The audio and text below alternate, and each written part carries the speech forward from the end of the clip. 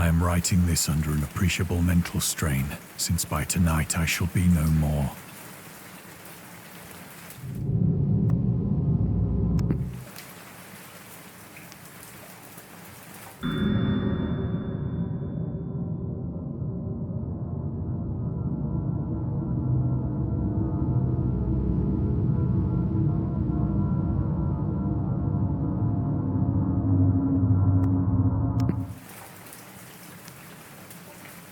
Penniless, and at the end of my supply of the drug which alone makes life endurable, I can bear the torture no longer, and shall cast myself from this garret window into the squalid street below. Do not think from my slavery to morphine that I am a weakling or a degenerate. When you have read these hastily scrawled pages, you may guess, though never fully realize, why it is that I must have forgetfulness or death.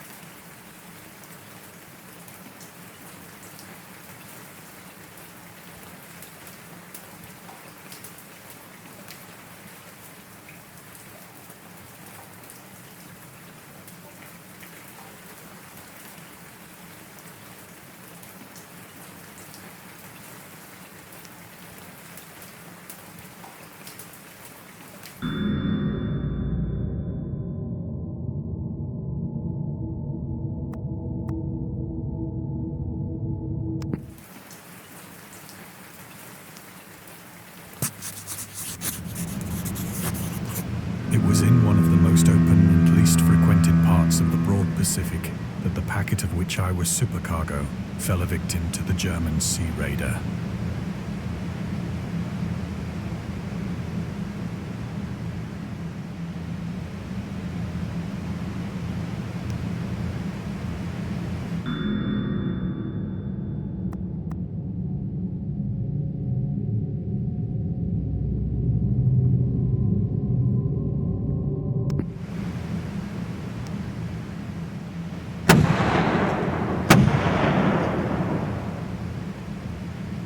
The Great War was then at its very beginning, and the ocean forces of the Hun had not completely sunk to their later degradation.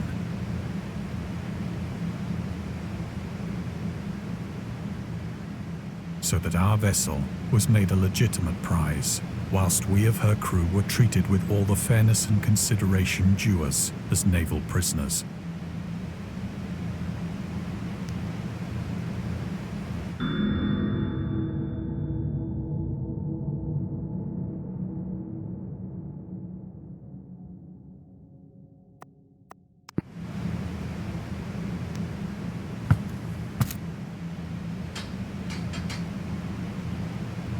So liberal, indeed, was the discipline of our captors, that 5 days after we were taken, I managed to escape alone in a small boat with water and provisions for a good length of time.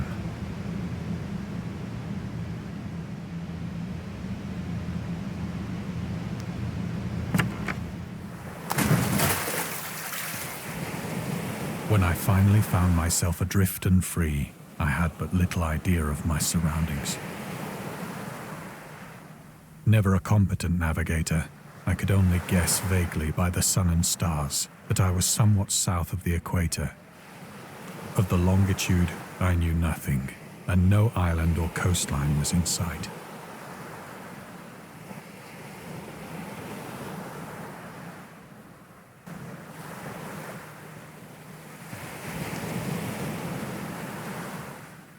The weather kept fair, and for uncounted days I drifted aimlessly beneath the scorching sun, waiting either for some passing ship or to be cast on the shores of some habitable land.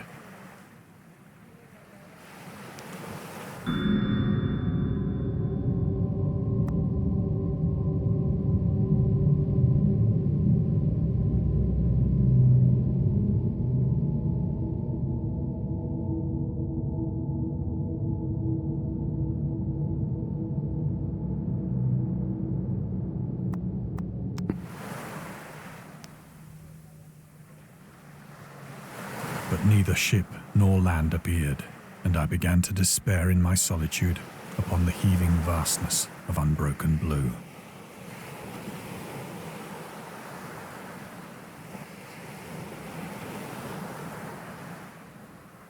The change happened whilst I slept.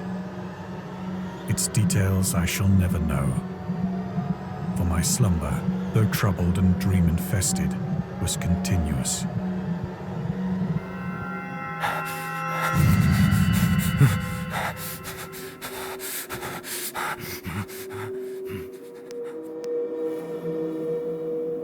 When at last I awoke, it was to discover myself half sucked into a slimy expanse of hellish black mire, which extended about me in monotonous undulations as far as I could see, and in which my boat lay grounded some distance away.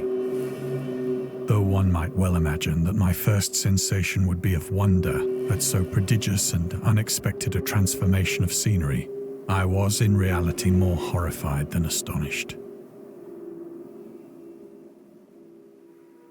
For there was in the air and in the rotting soil a sinister quality which chilled me to the very core.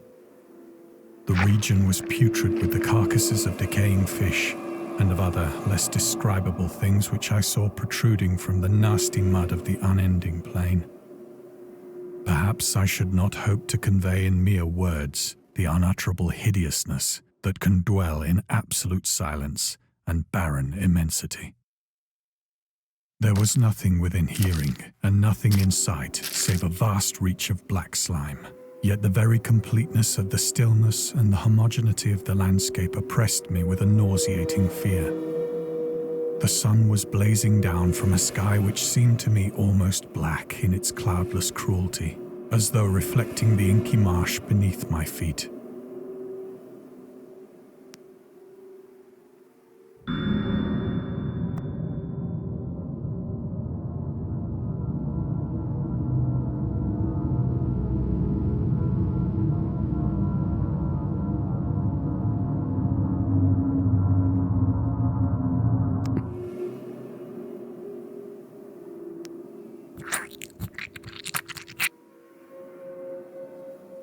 As I crawled into the stranded boat, I realized that only one theory could explain my position.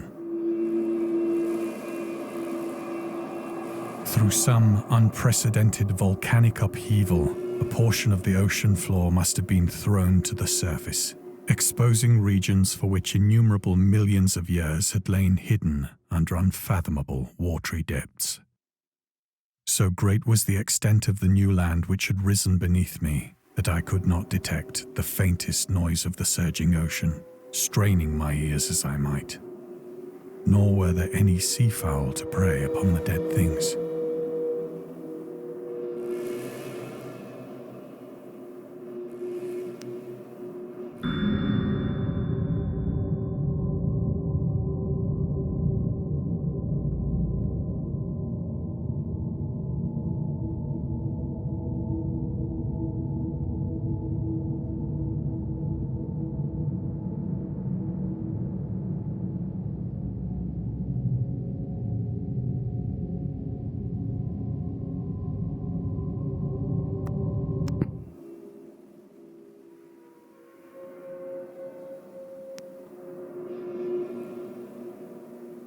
For several hours I sat thinking or brooding in the boat, which lay upon its side and afforded a slight shade as the sun moved across the heavens.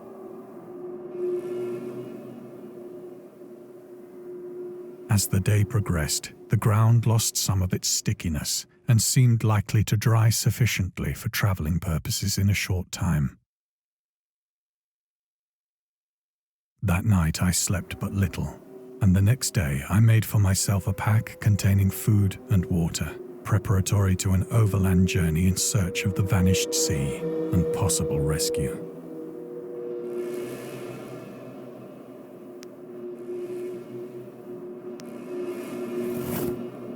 On the third morning, I found the soil dry enough to walk upon with ease. The odor of the fish was maddening, but I was too much concerned with graver things to mind so slight an evil, and set out boldly for an unknown goal.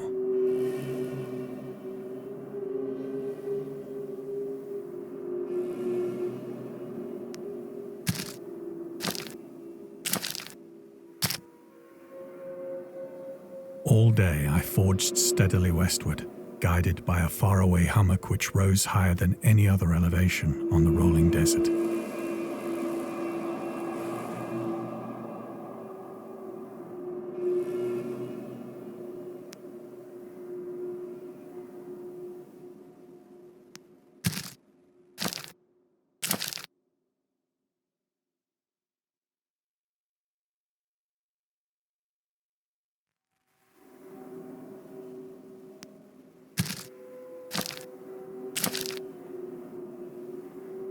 That night, I encamped, and on the following day still travelled toward the hummock, though that object seemed scarcely nearer than when I had first espied it.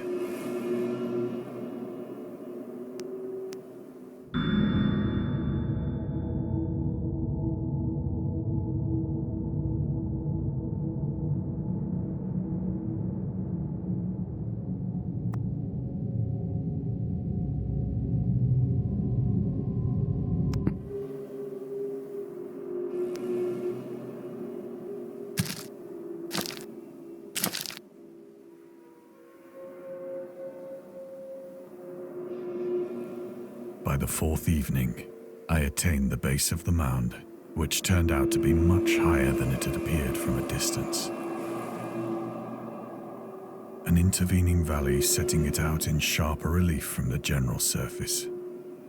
Too weary to ascend, I slept in the shadow of the hill. I know not why my dreams were so wild that night. But ere the waning and fantastically gibbous moon had risen far above the eastern plain, I was awake in a cold perspiration, determined to sleep no more. Such visions as I had experienced were too much for me to endure again, and in the glow of the moon I saw how unwise I had been to travel by day. Without the glare of the parching sun, my journey would have cost me less energy.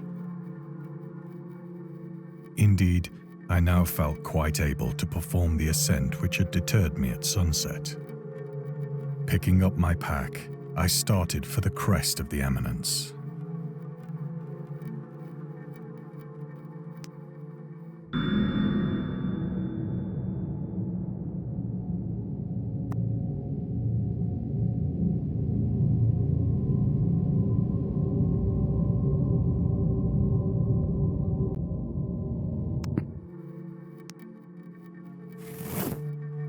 I have said that the unbroken monotony of the rolling plain was a source of vague horror to me.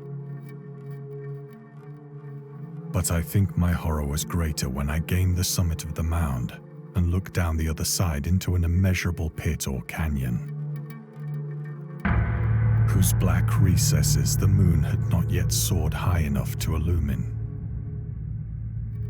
I felt myself on the edge of the world, peering over the rim into a fathomless chaos of eternal night.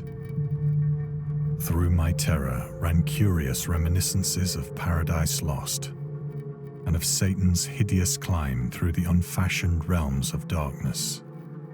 As the moon climbed higher in the sky, I began to see that the slopes of the valley were not quite so perpendicular as I had imagined. Ledges and outcroppings of rock afforded fairly easy footholds for a descent, whilst after a drop of only a few hundred feet, the declivity became very gradual.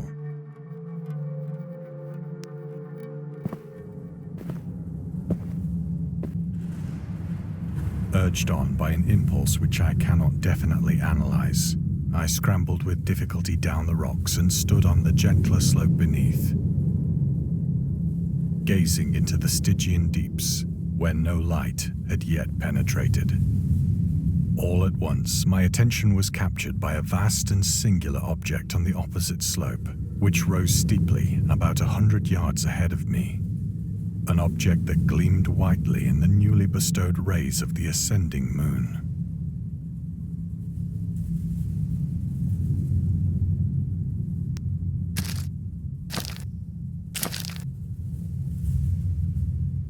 That it was merely a gigantic piece of stone, I soon assured myself. But I was conscious of a distinct impression that its contour and position were not altogether the work of nature. A closer scrutiny filled me with sensations I cannot express. For despite its enormous magnitude and its position in an abyss which had yawned at the bottom of the sea since the world was young, I perceived beyond a doubt that the strange object was a well-shaped monolith, whose massive bulk had known the workmanship and perhaps the worship of living and thinking creatures. Dazed and frightened, yet not without a certain thrill of the scientist's or archaeologist's delight, I examined my surroundings more closely.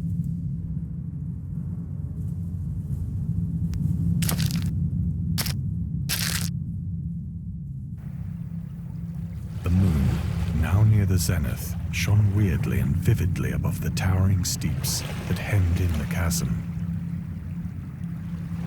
and revealed the fact that a far-flung body of water flowed at the bottom, winding out of sight in both directions and almost lapping my feet as I stood on the slope.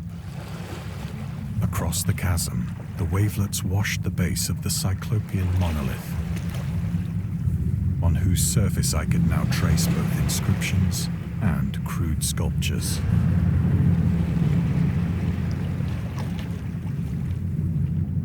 The writing was in a system of hieroglyphics unknown to me and unlike anything I'd ever seen in books, consisting for the most part of conventionalized aquatic symbols such as fishes, eels, octopi, crustaceans, mollusks, whales, and the like. Several characters obviously represented marine things which are unknown to the modern world.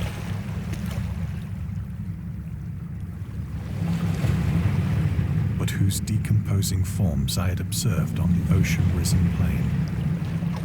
It was the pictorial carving, however, that did most to hold me spellbound.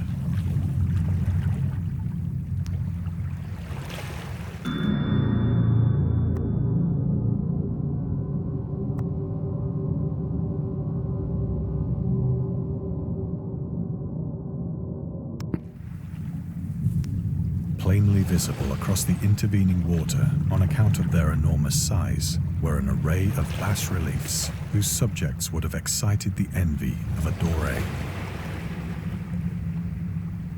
I think that these things were supposed to depict men, at least a certain sort of men, though the creatures were shown disporting like fishes in the waters of some marine grotto, or paying homage at some monolithic shrine which appeared to be under the waves as well. Of their faces and forms I dare not speak in detail, for the mere remembrance makes me grow faint, grotesque beyond the imagination of a Poe or a Bulwer.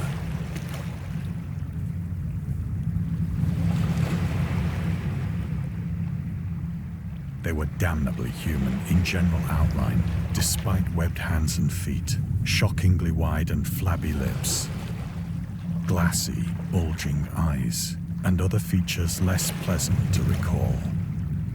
Curiously enough, they seemed to have been chiseled badly out of proportion with their scenic background, for one of the creatures was shown in the act of killing a whale, represented as but little larger than himself. I remarked, as I say, their grotesqueness and strange size, but in a moment decided that they were merely the imaginary gods of some primitive fishing or seafaring tribe. Some tribe whose last descendant had perished eras before the first ancestor of the Piltdown or Neanderthal man was born.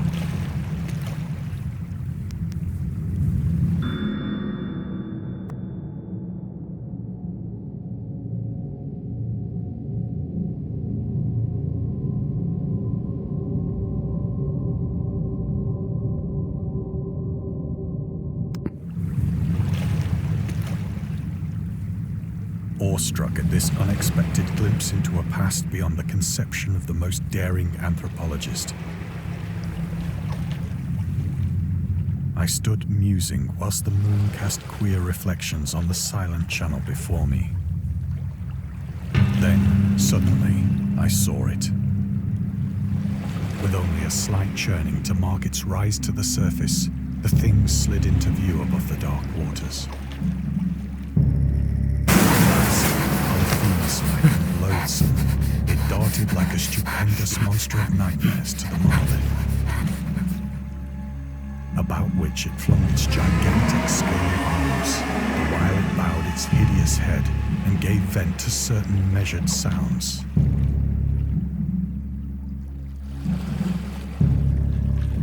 I think I went mad then. Of my frantic ascent of the sloping cliff and of my delirious journey back to the stranded boat, I remember little.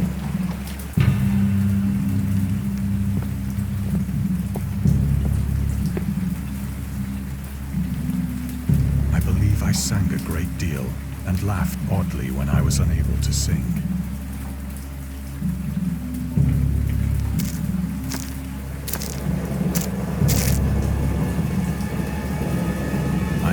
Distinct recollections of a great storm sometime after I reached the boat.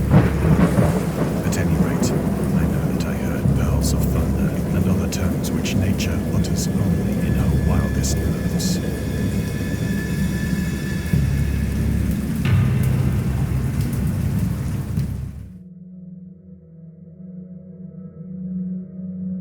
When I came out of the shadows, I was in a San Francisco hospital, brought thither by the captain of the American ship which had picked up my boat in mid-ocean. In my delirium, I had said much, but found that my words had been given scant attention. Of any land upheaval in the Pacific, my rescuers knew nothing. Nor did I deem it necessary to insist upon a thing which I knew they could not believe.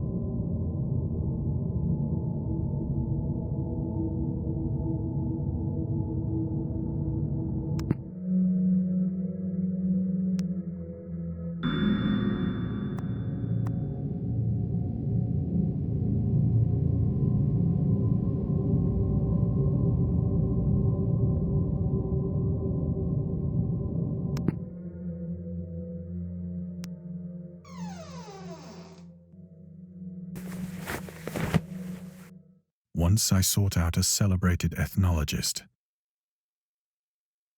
and amused him with peculiar questions regarding the ancient Philistine legend of Dagon, the fish god.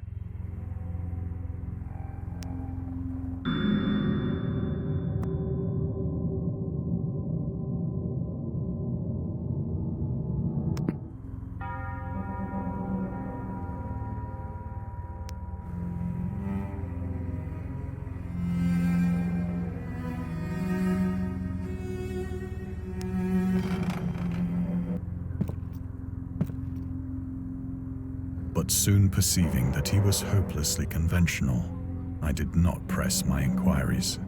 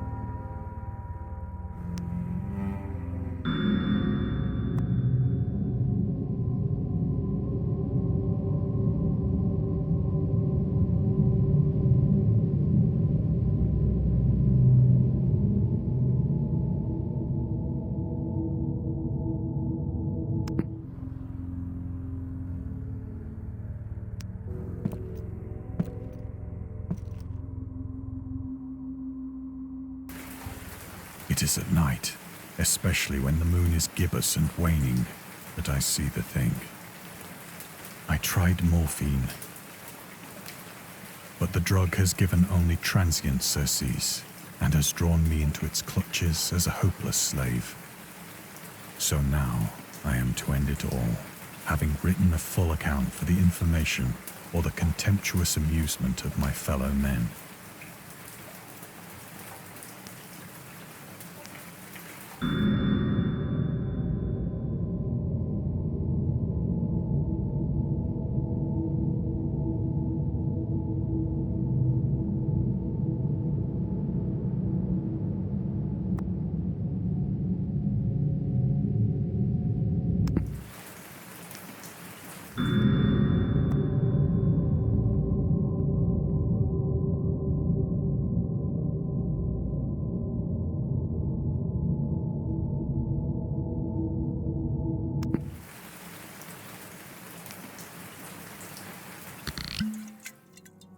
Often, I ask myself if it could not all have been a pure phantasm. A mere freak of fever as I lay sun-stricken and raving in the open boat after my escape from the German man-of-war. This I ask myself, but ever does there come before me a hideously vivid vision in reply.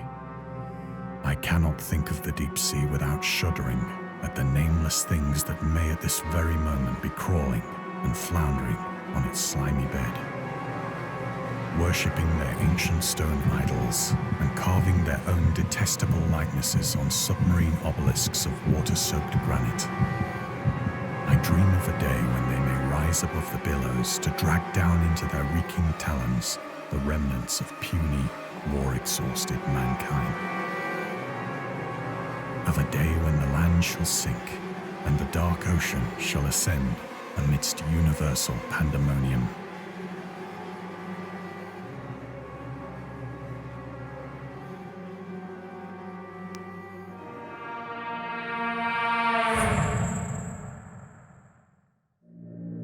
The end is near.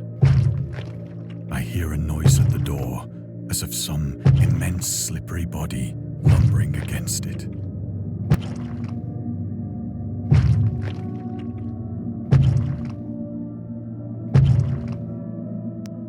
It shall not find me.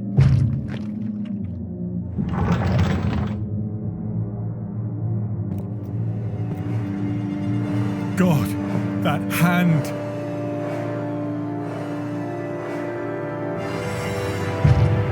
The window! The window!